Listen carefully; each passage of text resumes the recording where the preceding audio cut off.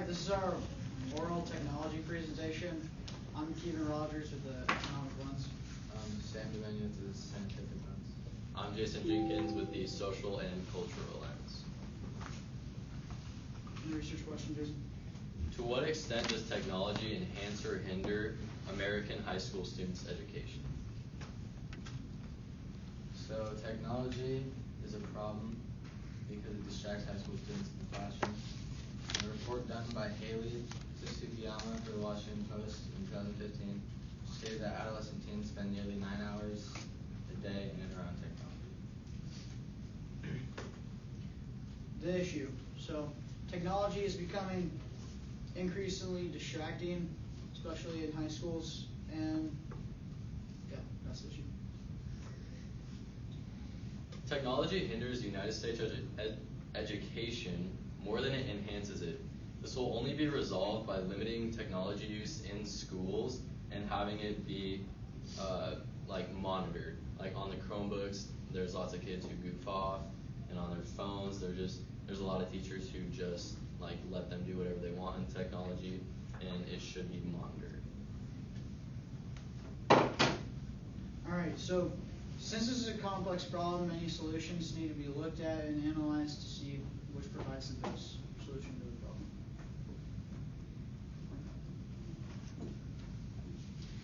problem. Technology has rewired kids' brains to be more addicted to it, and it's rewiring their brains to be distracted.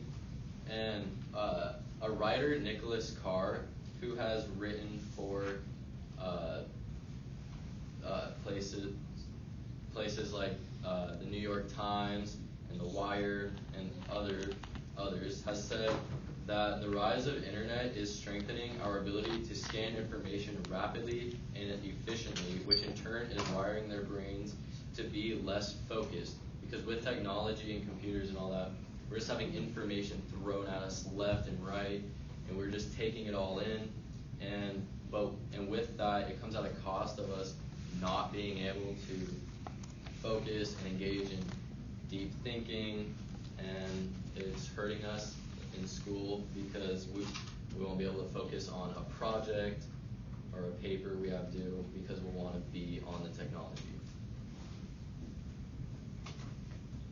Alright, so I looked at the issue through the economic lens, and one thing I found was that, for example, Neil Gao and Patrick Murphy from Public Policy Institute of California found that it will cost minimum $1.5 billion to supply California high schools with infrastructure to support technology. So basically, to catch up with not regulations, but minimum requirements for all the new implementations of technology, that will cost minimum $1.5 billion, and then with that, it will cost more over the years because then you have to maintain, which also requires a lot of staff, which is even more money, which is also the economic deficiency of technology in schools. Alright, so currently billions of dollars are invested, like I said before, and Royal Van Horn, a professor of education at University of North Florida, stated that a database administrator could cost $8,800 to $2,000 a day, which is ridiculously expensive, obviously. And if you need one of those people within your district, just on the daily, that will add up to a lot of money. And this position is required because you need people to analyze what's going on with your systems, and especially with all the new infrastructure that's being built, and just everything correlates together to cost a lot more money. Right. So from the scientific lens standpoint, so in 2015, a report was made called Teens, Social Media and Technology. In the report, it said that 92% of teens are online daily, 24% say that they're online constantly, and of the group tested, 91% access it through their phones, which is clearly, I'm at a loss for it. Hold on. It's clearly a problem in the classroom because they have their phones in the classroom. The current effects, I kind of already said.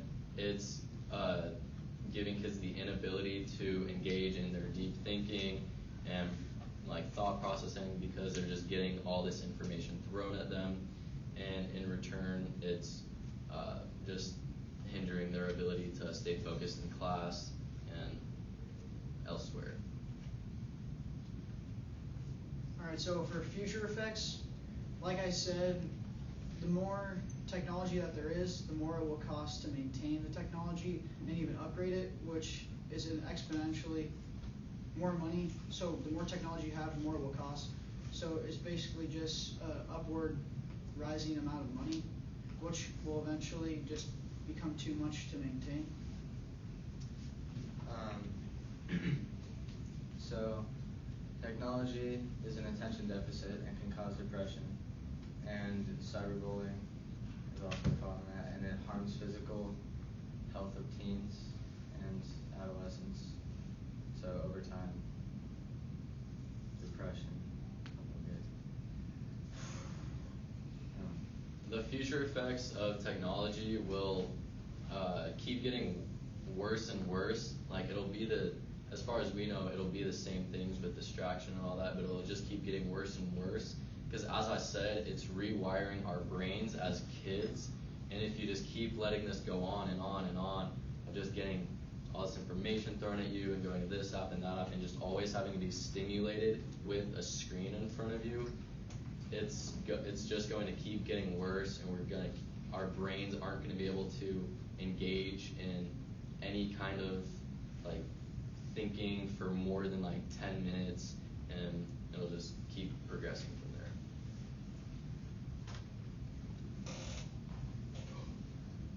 Alright, so a possible solution is, at a school in Boston, they did this thing where, I think we read about it in class, they did a thing where the moment you walked into school, you put your phone in like a secured pouch, and you just carry that around with you all day.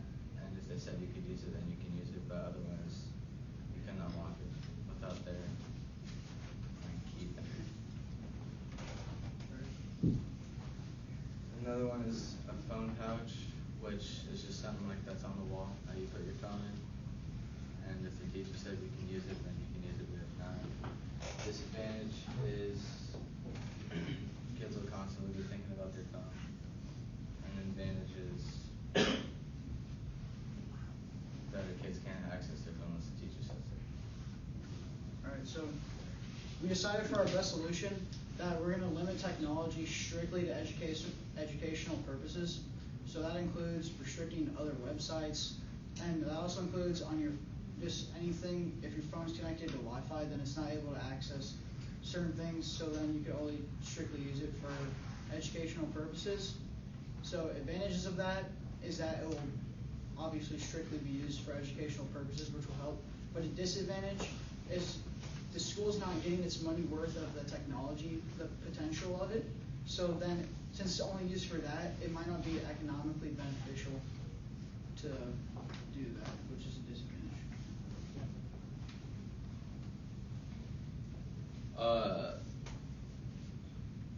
Yeah, that's me. There's many solutions, but we decided that restricting it would be the best, because once we talked about the pros and cons of each, we felt that that was the most beneficial solution. You could support a restriction on tech by writing a letter to your local government. We could also support restriction on tech by just educating kids in school about the dangers of it, like just educate them about like what it's doing to you, like for what I said, just rewiring your brain, or how easily you can get distracted on it and how it can bring down your grades. Because there are plenty of statistics out there that show that cell phones are distracting, and with distractions, it does bring down your grades. And yeah. Yep, that's it. Thanks.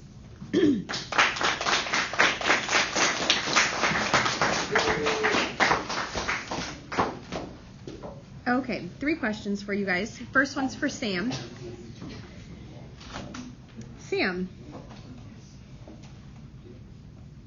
describe an argument from one of your peers' individual reports that made you think differently about your team's solution or conclusion?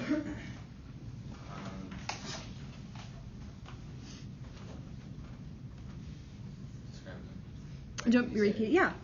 So, describe an argument from one of your peers' individual reports that made you think differently about your team's solution or conclusion.